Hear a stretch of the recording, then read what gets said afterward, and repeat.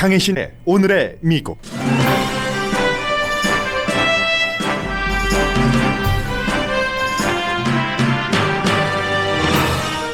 오늘은 2020년 대선 결과를 확인하고 선거인단을 결정하는 Safe Harbor Deadline Day입니다. 더 이상은 법정이나 의회에서 도전할 수 없다는 뜻입니다. 트럼프 대통령이 펜실베니아 공화당 하원 의장에게도 2번이나 선거 결과를 뒤집을 조치를 취하라고 요구했습니다. 조지아 주지사에게 한 것과 같은 요구입니다. 바이든 당선자의 국방장관 지명은 한국에도 중요합니다. 최초의 흑인 중부군 사령관을 지내고 은퇴한 로이드 어스틴 사성 장군입니다. 바이든 당선자는 지명자를 시츄에이션 룸에서 브리핑을 할 때 인상적으로 본 것으로 전해집니다. MSNBC가 주요 방송사 가운데 처음으로 흑인을, 그것도 흑인 여성을 차기 사장으로 내정했습니다. 세계 최초로 코로나 바이러스 백신 접종을 받은 사람은 다음 주에 91세가 되는 마가렛 키난, 영국 할머니입니다. 이 할머님은 미국 백신을 접종받은 뒤에 최고의 생일 선물을 받았다고 말씀하셨습니다. 트럼프 대통령은 어제 미국인에게 먼저 백신 접종을 받게 하고 다른 나라에 수출할 것이라고 말했습니다. 그런데 실제로는 파이저사가 추가 백신 구입을 권유했을 때 행정부는 거부해서 다른 나라가 구입할 기회를 줬다고 뉴욕타임스가 보도했습니다.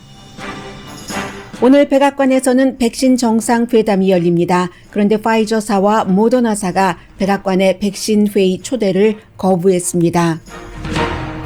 식당을 운영하는 셰프가 로스앤젤레스 타임즈에 오늘 기고문을 보냈습니다. 기고문 제목은 식당이 코로나 바이러스 희생양이다 이지만 읽어보면 주여 우리는 어찌하오리까 라는 호소입니다. 여러분 안녕하십니까? 오늘의 미국 강혜신입니다. 네, 오늘 트럼프 대통령은 백신에 대해서 이제 행정명령에 서명을 한다고 하고 그 내용은 잠시 뒤에 전해드리겠습니다. 저희 라디오 서울 방송을 쭉 들으신 분들께서는 아침 뉴스에서 모닝 뉴스에서 이제 백신 관련을 탑으로 많이 들으셨기 때문에 저는 오늘이 미국에선 사실 굉장히 중요한 날입니다. 대통령 선거에 대해서 또 하버 데이라고 해서 하버 세이프 하버 데드라인이라고 해서 미국이 2020년도 지금 대선을 치렀지만 선거법은 개표법이요. 특히 1887년도의 개표법을 따르고 있습니다.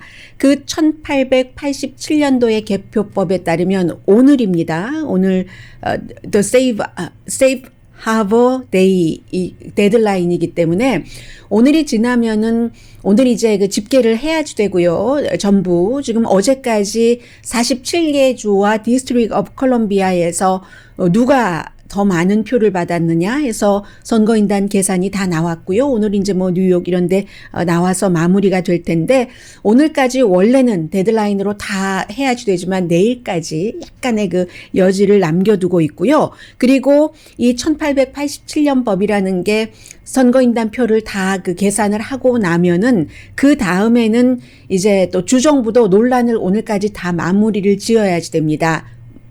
뭐 소송 들어가고 이랬던 것 있잖아요. 그래야지 되고 승리자를 확인을 해서 최종적인 인증서는 주지사가 발급을 하죠. 이제 주총무처 장관이 관장을 한다 하더라도 그리고 이제 선거인단을 확정을 해서 도전을 할 수 없도록 방어벽을 쳐놓은 것이 1887년도의 개표법입니다.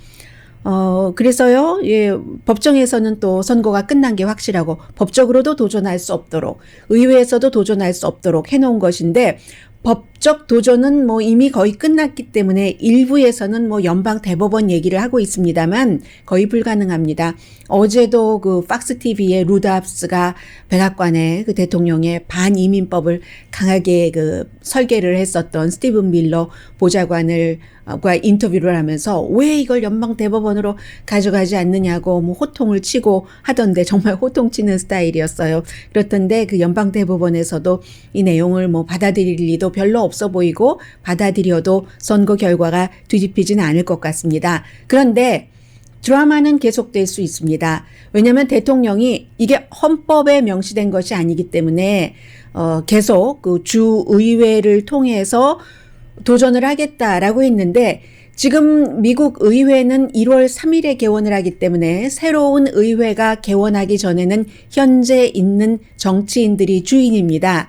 해서 어떠한 각자의 이유로든 트럼프 대통령이 이게 그 좀 선거 결과가 이상하다 하면서 트럼프 대통령 쪽에 모일 수 있는 공화당 정치인들이 있기는 있습니다. 그래서 드라마는 아직 끝나지 않을 수도 있다. 의회에서는, 법정에서는 거의 끝난 것으로 보입니다만 이렇게 말씀드렸는데 드라마가 끝나지 않아도 결말이 확실하게 눈에 보이는 그런 드라마가 많이 있잖아요. 이번 미국의 대선 드라마가 그렇습니다. 지금 법정에서 끝났는데 돈은 또 많이 썼어요. 한 880만 달러 정도 썼고 그 가운데서 변호인 비용으로 들어간 것이 230만 달러니까 선거 끝나고 뭐 한 2주일 정도 됐나요? 뭐 고소하고 뭐 이런 여러 가지 한 일이 루돌프 줄리아니 전 뉴욕 뉴욕 시장이 뭐 이 변호 비용 받은 것의 상당수를 가져갔겠죠. 그런데 880만 달러를 트럼프 팀이 썼다 하더라도 그 쓴 돈은 880만 달러밖에 안 되는데 모은 돈은 2억 7천만 달러입니다. 계산을 해보세요. 2억 7천만 달러에서 880만 달러를 썼을 뿐입니다. 돈은 계속 남아있고 의회에서의 일은 어찌 되었건 결말은 똑같다라고 말씀을 드리는데 의회에서 그래서 트럼프 대통령이 그 조지아 주지사에게도 얘기를 했고 지난주에도 펜실베니아도 인증을 다 끝냈으니까요. 바이든 그 당선으로 20표, 조지아주도 16표 했기 때문에 그것을 번복해서 다시 선거인단을 꾸려서 나에게 투표를 할 수 있는 사람으로 꾸리도록 그 요구를 많이 했다고 하는데 그렇게 할 수가 없습니다. 주지사들도 각 주에 그 주법이 있고 조지아주도 마찬가지잖아요. 트럼프 대통령의 도움을 많이 받아서 주지사에 당선된 조지아 주지사이지만 그러고 나서 법을 어기면 본인이 감옥 가야지 됩니다. 선거법 위반으로 감옥에 갈 수까지 있습니다. 그러니까 그렇게 할 수가 없죠. 도움을 받아서 당선됐다 하더라도 절차에 따라서 해야지 되기 때문에 그래서 지금 펜실베니아에서도 하원 의장에게 전화를 걸어서 2번이나 선거 결과를 뒤집을 조치를 취하라고 요구를 했는데 그게 제대로 되지 않았고 그 사이에 이제 사실은 어느 정도는 누구나 다 어떤 법적 대응을 할 권리가 있기 때문에 몇 주일 동안 두고 보고 했었는데 거의 1,500명의 전 연방 검사들이 지금 그 청원서에 사인을 하고 있습니다. 트럼프 변호팀의 부정선거 거짓 주장이 너무 심각하기 때문에 이것을 미국 그 변호사 협회에서 조사를 해야지 된다라는 얘기예요. 그래서 그 같은 주장을 하는 사람이 변호인일 경우에 변호인 자격을 박탈해야 된다던가 이 같은 지금 그 페티션 받은 게 거의 1,500명 정도는 되고요. 해서 이제 아무런 일도 별로 소용이 없을 것 같고 14일에 선거인단이 투표를 하는데 각 주에 모여서 투표를 하는데 이 선거인단 투표 날짜는 어떻게 정해졌냐면 이게 다 그 법에 따라서 정해진 거거든요. 12월 달에 두 번째 수요일 다음에 첫 번째 월요일. 복잡하죠? 12월 달에 두 번째 수요일 다음에 첫 번째 월요일을 여러 가지 이유가 있겠죠. 선거인단이 이제 투표를 하는 것으로 돼 있고 많은 주에서는 선거인단은 그 주에서 표를 많이 받은 사람에게 그냥 자동적으로 투표를 하는 것이 의무화가 돼 있습니다. 그러니까 무슨 선거인단의 반발 이런 것도 별로 없다는 거죠. 해서 23일까지 뭐 특별한 우편으로 해서 의회에 도착을 하게 해야지 되고 그 선거 결과가 1월 3일에 의회가 개원을 하고 1월 6일에 선거인단 표를 의회에서 계산을 합니다. 전체적으로 537표 가운데서 270표를 받으면 대통령에 당선이 되는데 바이든 당선자가 306표, 트럼프 대통령이 232표, 뭐 처음과 변함이 없어요. 거의 11월 7일 이후에 똑같습니다. 그것을 확인을 하게 되고 참 묘하죠. 4년 전에는 2016년도, 2017년도 1월 초에는 그 당시에 그 부통령인 조 바이든 부통령이 이 트럼프 대통령과 이 마이크 펜스 부통령이 당선자다라고 부통령으로서 상원 의장으로서 선포를 했는데 이번에는 그렇게 선포가 돼서 부통령을 4년 동안 지낸 마이크 펜스 부통령이 다시 조 바이든 당선자와 카멜라 해리스가 이제 대통령과 부통령으로 결정이 됐다는 것을 선포를 하고 1월 20일에 취임식을 하게 됩니다. 그 사이에도 드라마는 이어지겠죠. 돈은 계속 기부될 테고 2억 7천만 달러보다는 적어도 더 많은 돈을 트럼프 대통령 측에서 모으게 될 겁니다. 조지아주에서 조 바이든 당선자가 3번 이겼어요. 2번은 트럼프 대통령 측의 요청에 의해서 어제 이제 총무처 장관이 발표를 했는데 한 번은 아주 그 원래의 표준 개표, 2번째는 손개표, 3번째는 자동 개표해서 요청이 됐고요. 그리고 대통령과 공화당이 할 수 있는 일과 이제 할 수 없는 일이 있는 겁니다. 아무리 공화당 주지사라 할지라도 무조건 이건 뭐 부정선거다 증거가 없으면서 그렇게 할 수 없는 일이고 다만 이런 정도는 할 수가 있습니다. 대통령 선거에 못지않게 1월 5일 조지아주에서의 상원 그 결선이 굉장히 중요한데 갑자기 어제 이런 결정이 났습니다.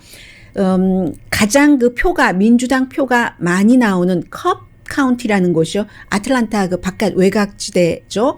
여기서 그 투표소가 원래 11군데였는데 5군데로 줄어들었습니다. 반도 안 돼요. 이런 것은 집권당에서 할 수가 있습니다. 어제 한 겁니다. 이 지역에서 바이든 당선자가 트럼프 대통령에게 비해서 14%포인트 차이로 이긴 곳입니다. 해서 뭐 이런 정도는 집권당이 할 수가 있지만 아무리 집권당이고 트럼프 대통령을 지지한다 할지라도 선거 결과를 뒤집어라. 증거 없이 이런 것은 할 수가 없기 때문에 오늘로써 이제 선거 결과는 마무리를 지었다 하고 생각하시면 되겠고요. 그래서 이제 바이든 당선자도 자신의 길을 더 단단히 가고 있는데 국방장관 지명자까지만 이번 섹션에서 말씀을 드리겠습니다. 국방장관은 제임스 마티스 전 국방장관이 트럼프 대통령이 주한미군을 빼려고 했었을 때 그렇게 되면은 3차 대전이 일어납니다 하고 초등학생에게 설명하는 것처럼 잘 설명을 해줬다고 하죠. 국방장관이 각 나라 세계에 대해서 국방적인 시각으로 어떠한 의견을 갖고 있는지는 굉장히 중요합니다. 아마도 지금 국방장관 지명자 그 사성 장군이었고요. 그 로이드 어스틴 장군이 한국에 대해서 깊은 시각을 갖고 있을지는 아직 저는 잘 모르겠습니다. 스타디를 해서 여러분들께 알려드리겠습니다. 이분이 중부군 사령관을 했어요. 굉장히 그 중요했었던 때잖아요. 오바마 바이든 시대에 해서 시츄에이션 룸에도 많이 있었고 중부군 사령관을 할 때 그 당시에 중부군 사령관으로서 브리핑 룸에서 그 백악관의 상황실에서 브리핑을 할 때 굉장히 그 인상적으로 봤답니다. 그래서 아프리칸 아메리칸인데요. 흑인으로서 처음으로 중부군 사령관이 됐고 육군에서 제일 높은 자리까지 올라간 거예요. 특히 이제 전투 당시에 사령관, 첫 해외 임무의 사령관 이런 일을 해서 2016년도에 은퇴를 했거든요. 68살인가 이분이 그러신데 41년을 군에서 근무를 하셨습니다. 그리고는 은퇴한 지가 2016년이면 지금 3년, 4년밖에 되지 않기 때문에 이런 경우는 국방장관을 하기가 힘든데 원래는 미국에서는 항상 국방장관을 민간인 출신으로 하는 게 전통입니다. 물론 제임스 마티스 국방장관은 예외였었죠. 그렇기 때문에 어떠한 특별한 시점에 제임스 마티스 국방장관에게 한국 측에서 판문점을 가는데 군복 입고 가주십시오 하고 요청을 하니까 민간복 입고 양복 입고 갔었던 것 아니겠어요? 그런데 이번에도 그래서 그 제임스 마티스 국방장관도 군에 복무했던 사람이 국방장관이 될 때는 7년 은퇴하고 적어도 7년이 있어야지 되는 게 있었는데 제임스 마티스도 7년이 안 됐기 때문에 그런 경우는 이제 그 의회에서 이것을 그렇지 않도록 승인을 해줘야지 되는 과정이 필요합니다. 그 당시에 이제 웨이버를 해줬고요. 이번에도 이 웨이버가 필요한 거죠. 제임스 마티스 이전에도 한 사람밖에 없었거든요. 그래서 조지 마샬은 뭐 국방장관도 지냈지만 국무장관도 지낸 그 조지 마샬 이후에 제임스 마티스가 두 번째였고, 조지 마샬은 2차 대전의 그 장군이니까요. 그리고 이번이 이 의회에서 웨이브를 해주면 세 번째가 되는 겁니다. 그런데 또 하나는 중요한 것이 이분이 2016년도에 군에서 은퇴를 하고 나서 레이시온 테크놀로지사에 근무를 했거든요. 그 무슨 보드 멤버로. 레이시온 테크놀로지 앤 뉴코 하면은 뭐 항공, 국방 관련 물품을 제조하는 곳으로 국방부 계약자잖아요, 회사가. 그래서 이것도 의회 청문회를 할 때 문제가 될 수는 있습니다만 별로 큰 문제가 되지 않으리라고 보고 인선을 한 겁니다. 그래서 제임스 마티스 경우에는 그 당시에 이제 트럼프 대통령이 정치적인 경험이 없고 또 내각에도 경험이 많은 사람이 없고 하니까, 또 특히나 그 대통령이 군대를 안 갔잖아요. 베트남 전에 참전을 해야지 되는 나이인데 5번인가 이리저리 뭐 이유를 대서 결국은 군대를 안 간 사람이기 때문에 굉장히 이 국방을 중요하게 생각을 했었고, 제임스 마티스에게 은퇴한 지 7년이 군에서 안 됐는데도 국방장관 자리를 맡겼고, 그러한 전례가 있기 때문에 이번에도 괜찮을 것이다 라고 생각들을 하고 있고요. 그때는 그 상원에서 81대 17인가 그랬는데 17은 16명의 민주당 의원과 버니 샌더스가 반대를 했었습니다. 이 점은 지금 무난하리라고 보고, 그렇게 되는 경우는 국방장관을 아프리칸 아메리칸으로 하면은 법무장관은 백인을 할 수도 있다. 지금 조 바이든 당선자는 본인의 의지도 그렇지만 유색 인종을 중요한 직책에 많이 등용을 해야지 된다는 압박을 받고 있잖아요. 그게 이제 또 하나가 캘리포니아주의 뭐 데이빗 킴 교통부 장관, 말하자면 교통청장을 연방교통부 장관으로 하는가, 뭐 물망에 뭐 1순위에 올랐다고 워싱턴 포스트가 보도한 건데, 에이시안이니까요. 그런 식으로 흑인을 중요한 국방장관 자리에 놓으면 국방장관, 국무장관, 법무장관 이런 데가 중요하잖아요. 뭐 내무장관 이런 데보다는. 그렇게 되는 경우는 법무장관을 백인으로 할 수가 있다. 이 법무장관도 굉장히 미국에서 그 인종별로 중요한데, 이번에 캘리포니아주의 하비에르 바세라 검찰총장을 사실은 법무장관이 되지 않는가 많은 사람이 생각을 했어요. 왜냐하면 그 사람이 그 스탠포드 법대를 나왔고 했기 때문에. 그런데 오바마 케어라든가 여러 가지에 대해서 트럼프 대통령 그 행정부와 법적 소송을 하고 많이 이겼었고 한 그러한 공로 등으로 보건복지부 장관에 지명이 됐기 때문에 법무장관을 이제 법무장관 자리가 비었고 법무장관 자리는 이제 백인으로 할 수도 있다. 뭐 그런 얘기요. 그렇게 되는 경우는 많죠. 뭐 셀리 H라고 지난번에 법무부에서 일하다가 뭐 러시아 사건이라든가 우크라이나 사건에 대해서 트럼프 대통령 측에 안 좋은 그 의회 증언을 했다 해서 해고되고 만 사람이라든가, 아니면 덕 존스도 있잖아요. 엘라바마주가 지역구인 그 상원 의원이었는데 지난번에 한 번 하고 이번에 떨어진 덕 존스도 있고, 그 밖에 뭐 여러 사람이 있는데 메리 갈랜드도 있네요. 의회에서 오바마 마지막 임기에 2월 달에 연방 대법관으로 지명을 했는데도 선거의 해에 무슨 연방 대법관을 임명을 해 하면서 만나주지도 않았었던, 그리고는 이제 누구죠? 에이미 코니 베렛은 불과 뭐 몇십일 안 남겨두고 했잖아요. 그래서 이런 사람들 다 백인이잖아요. 백인이 될 수 있다 하는 그런 내용입니다. 지금 말씀드린 것은 결국은 이제 오늘로써 거의 모든 대선 결과가 마무리가 돼서 여러분들께서 어떤 뉴스를 들으시든지 다 어떤 한 부분에서 조그마한 것을 크게 키우는 침소봉대라고 할까요? 침소봉대이고, 이제 바이든 행정부는 날이 가면 갈수록 인선 작업까지 단단하게 벽돌을 쌓아가고 있다라고 전해드립니다.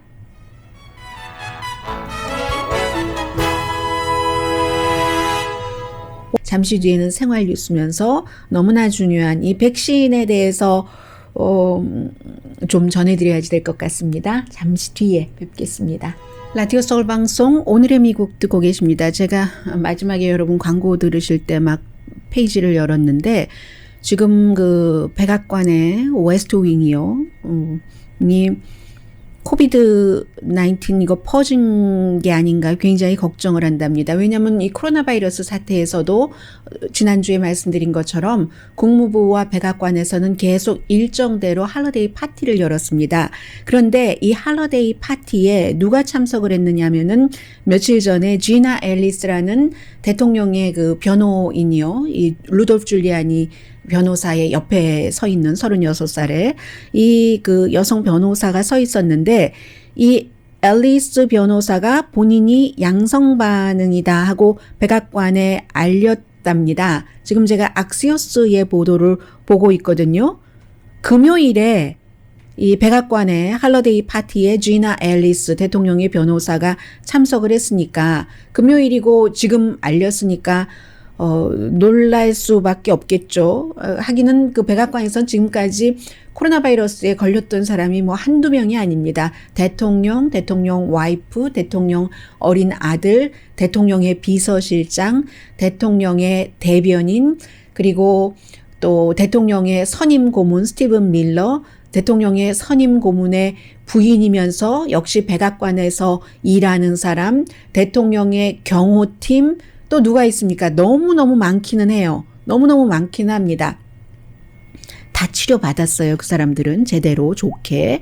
그런데 이번에 금요일에 이 지나 앨리스는 지금 루돌프 줄리아니 전 뉴욕시장이 병원에서 있는데 어제도 대통령이 아주 뭐 좋다, 상태 좋다 하는데 뭐 구체적으로 상태가 어떻다고는 얘기하지 않았고요. 늘 같이 이 루디 줄리아니와 다녔으니까 지금 백악관이 놀랄 수밖에 없다는 거죠. 이 백악관에 다시 한번 코로나 바이러스가 퍼지는 것이 아니냐.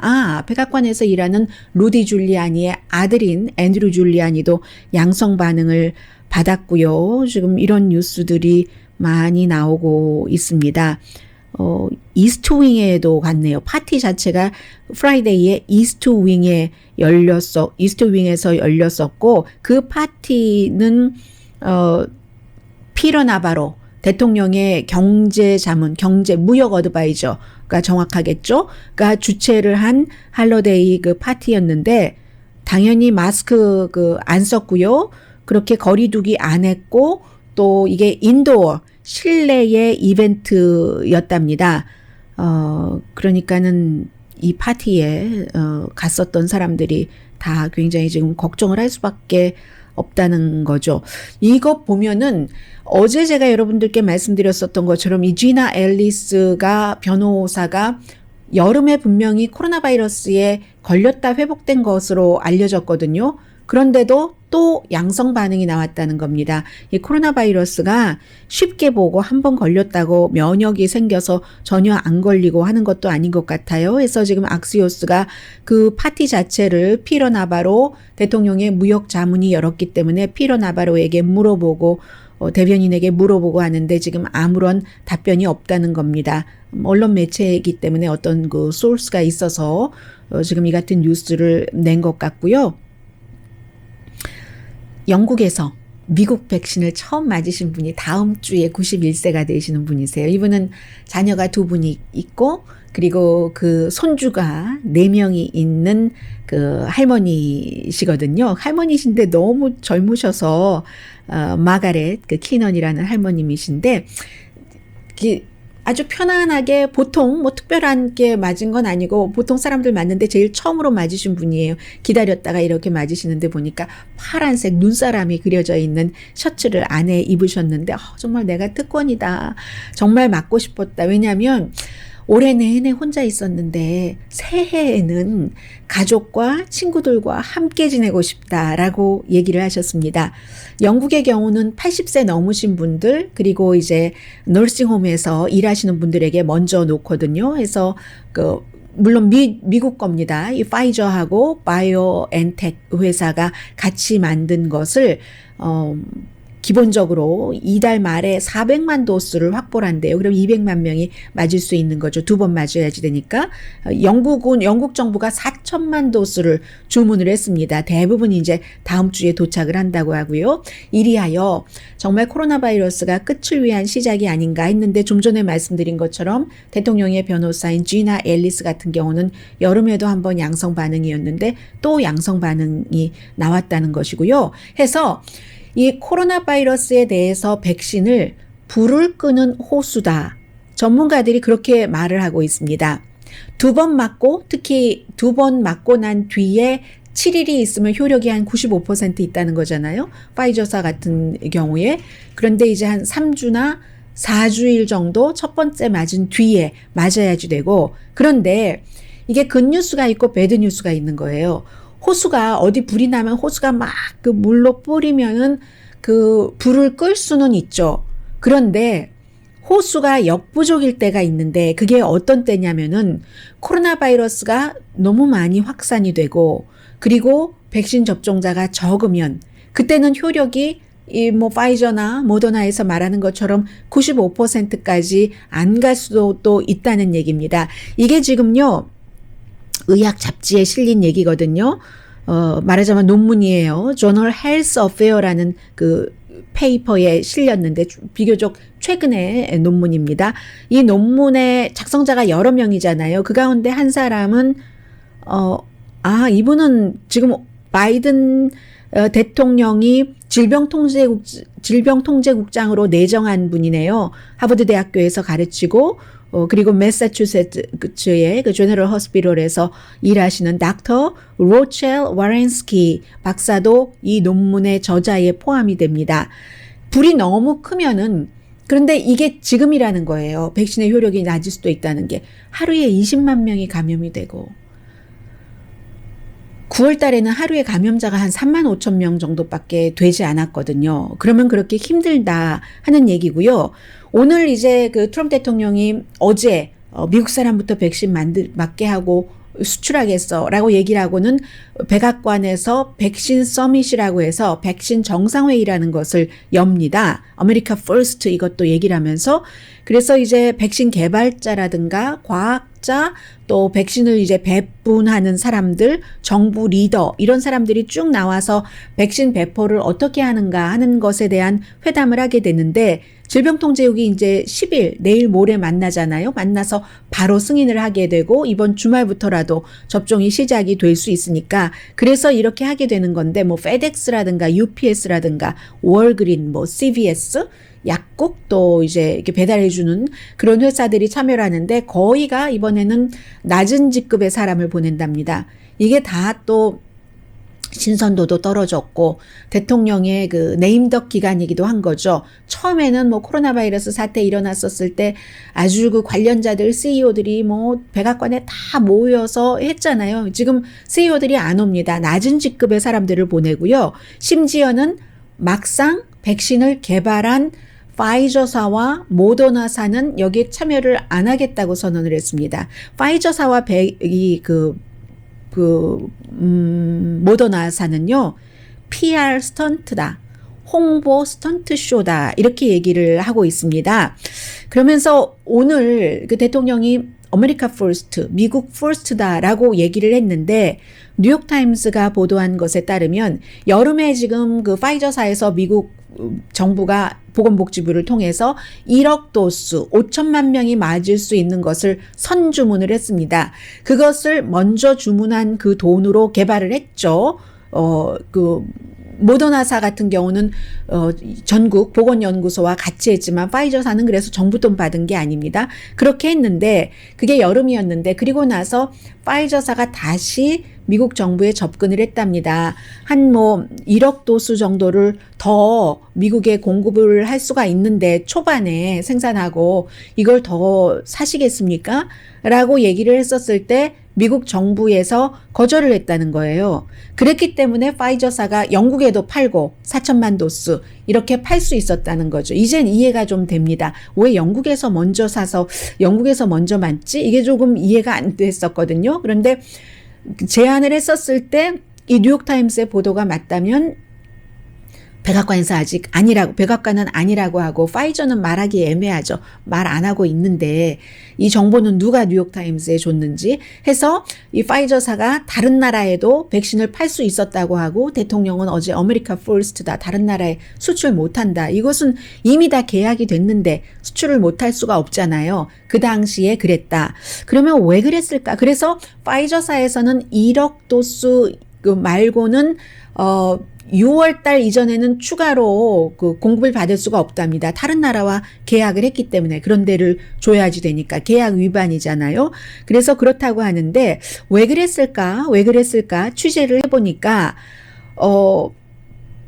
그 당시에는 파이저와 모더나 이외에도 다른 회사들도 한 5군데 회사가 백신을 개발하고 그 가능성이 있다고 보였는데 지금까지 이제 와서 보니까 모더나와 파이저사만 백신을 만든 거예요. 계산이 잘못됐다던가 아니면 뭐 다른 회사에 백신이 개발이 되면 그 회사 것을 사려고 했다던가 그 이유는 모르겠습니다만은 어쨌든 다른 백신 회사도 개발을 못했고 모더나도 이제 1억 도수 정도를 빨리 만든다고 하니까 이러한 것들, 이 바이러스가 확 퍼지는데 미국 사람들이 맞기를 원해도 1억 도수 하면 2억 도수면 1억 명만 맞을 수 있는 게 지금 확보가 되는 거잖아요. 미국에서. 그 가운데서 4천만 명 정도는 의료계 이런 데 이제 종사하고 먼저 맞으셔야 될 분이기 때문에 이게 효율성이 딱 타이밍이 안 맞으면 효율성이 조금 떨어질 수도 있다. 지금 이런 얘기 있고요. 그리고 이제 또 하나는 지금 백신 사람들이 날마다 이렇게 숨지는데 어제 백악관에서의 하나의 이벤트는 참 동떨어진 것이다 하는 지적을 많이 받았습니다. 멜라니아 트럼프 여사가요, 어제 백악관에 테니스 코트, 무슨 테니스 파빌리온이라고 이름을 붙였더군요. 예전에 창고처럼 그 허름하게 있었던 곳을 아주 그냥 아름답게 파빌리온, 작은 파빌리온처럼 지어놓고 테니스 코트를 지었다고 이제 막 그 축하 행사를 하고 했습니다. 돈은 누군가가 기부한 돈이라고 했어요. 누가 기부했는지, 얼마를 기부했는지 그 기부받은 돈으로 지은 테니스 코트가 있고 거기서 이제 쉴 수 있는 파빌리온이 있는 거예요. 말하자면 뭐 한국의 정자 뭐 이런 식으로 왕이 쉬는 정자 뭐 이런 식으로 누가 얼마들을 기부를 해서 얼마에 그걸 지었다라고는 얘기하지 않았고 그거를 너무 축하하는 축하식을 했거든요. 그리고 그 테니스 코트에서는 다른 사람은 칠 수가 없습니다. 대통령 가족들이 칠 수 있는 거예요. 트럼프 대통령 가족은 이제 떠나니까 다른 가족들이 치겠죠. 후에 오는 가족들이. 2019년부터 짓기 시작했는데 그래서 이제 많은 사람들이 지금 이 상황에 사람들이 날마다 수천 명씩 숨지고 있는데 대통령 가족들만을 위한 테니스 코트를 누가 돈을 내서 얼마를 쓰고 얼마가 남았는지 모르고 그런 것을 밝히지도 않은 채 이걸 축하 행사를 해야지 되겠는가. 어제 이제 그런 정도의 잡음이 있었고요. 잠시 뒤에는 식당을 하시는 분께서 우리가 희생양이야 하는 기고문을 로스앤젤레스 타임즈에 보내셨습니다. 잠시 뒤에 전해드리겠습니다.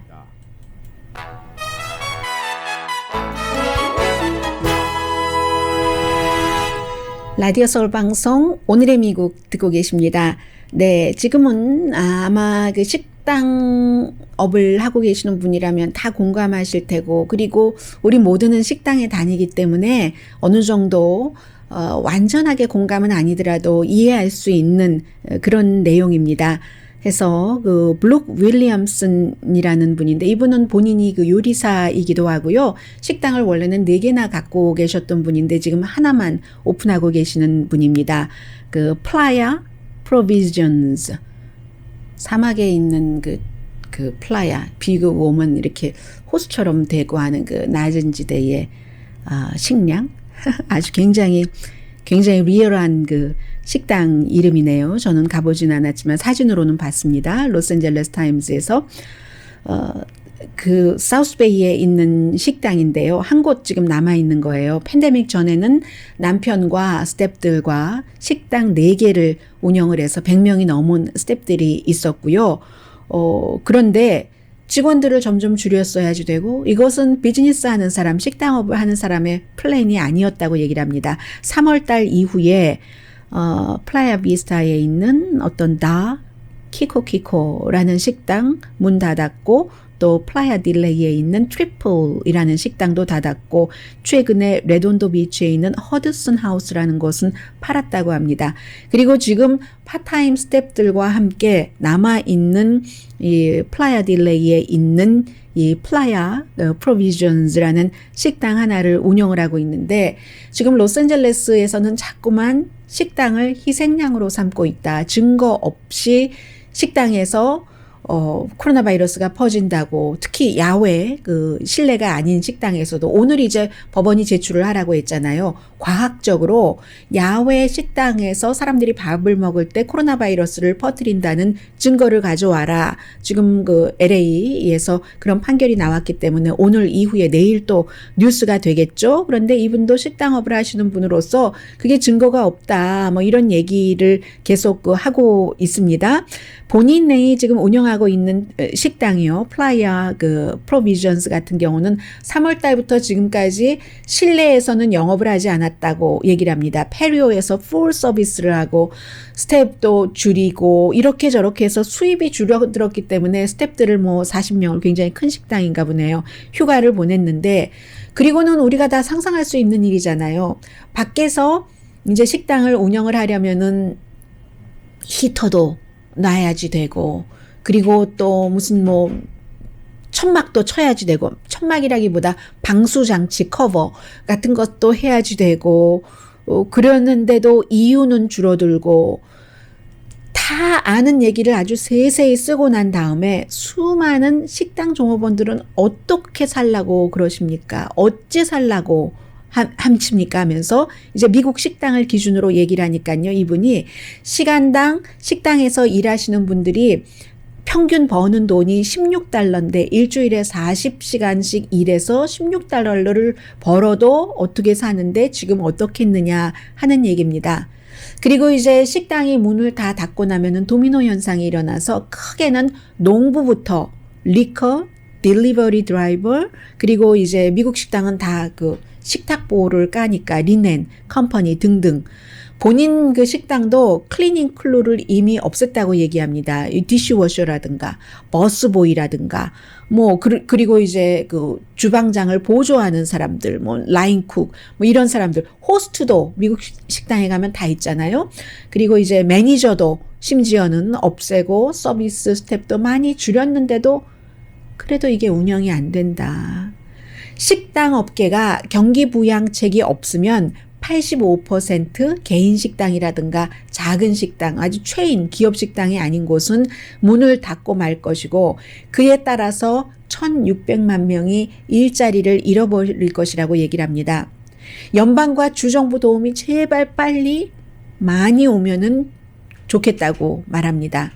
연방식당법이요, 10월 달에 하원에서 통과가 됐는데 그 액수가 10억, 100억, 1000억, 1200억 달러 기금으로 이제 스몰 비즈니스라든가 독립식당을 지원하는 기금으로 하기로 했는데 아직까지 그 이후에 소식이 없다는 얘기예요. 이게 하원에서만 통과된다고 되는 게 아니라 상원도 가야지 되고 하는데 상원에서 지금 별로 움직이질 않고 있거든요. 그래서 어쩌란 말이냐.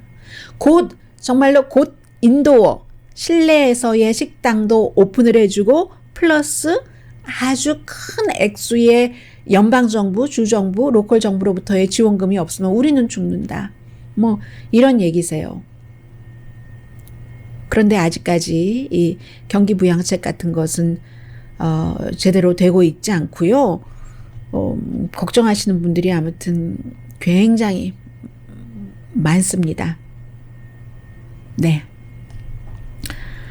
돈 얘기를 하나를 더 짧게 말씀드리자면은, 글쎄요, 이게 어느 정도 시행이 될지는 모르겠습니다만은, 트럼프 대통령이 요즘에 어드바이저들에게 사람들을 사면을 해주는데 아주 대규모로요, 본인과 얘기했었던 사람을 다 사면한다. 그것은 이제 곧 그 본인에게도 해당이 되는 거잖아요. 연결돼서.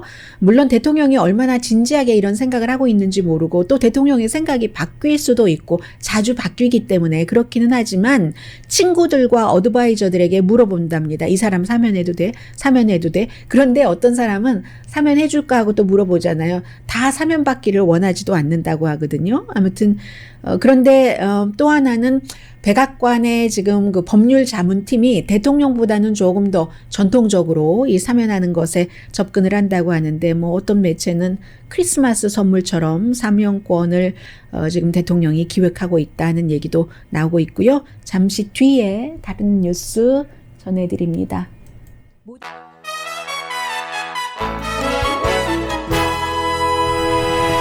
라디오 서울 방송 오늘의 미국 듣고 계십니다. 네, 얼마 전에 제가 방송을 하면서 MSNBC를 만약에 여러분들 자녀분들께서 이 미디어에서 일하고 싶으시다면 주목하시는 것도 괜찮겠습니다. 라고 말씀을 드렸었습니다. 그런데 그 MSNBC, MBC 계열이요. 뭐 회사 정확한 이름은 MBC Universal News Corporation이죠. 여기서 이제 메이저 그 언론사 가운데서는 처음으로 아프리칸 아메리칸 그것도 여성을 차기 사장으로 내정을 했습니다. 라시다 존스라는 사장인데요. 젊어요.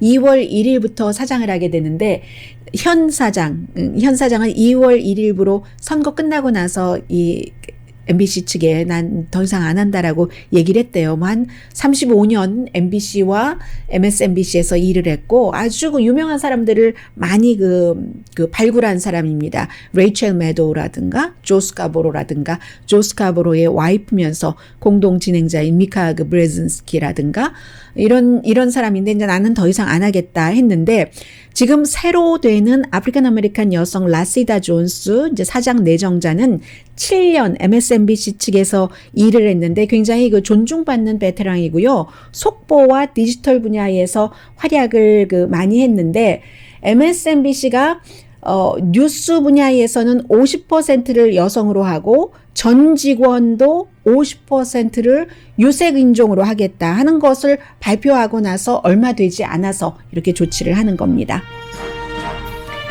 예, 바이든 당선자의 그 페스티벌은요 80%가 온라인상으로 진행이 된답니다. 지난번 전당대회처럼요. 강혜신이었습니다.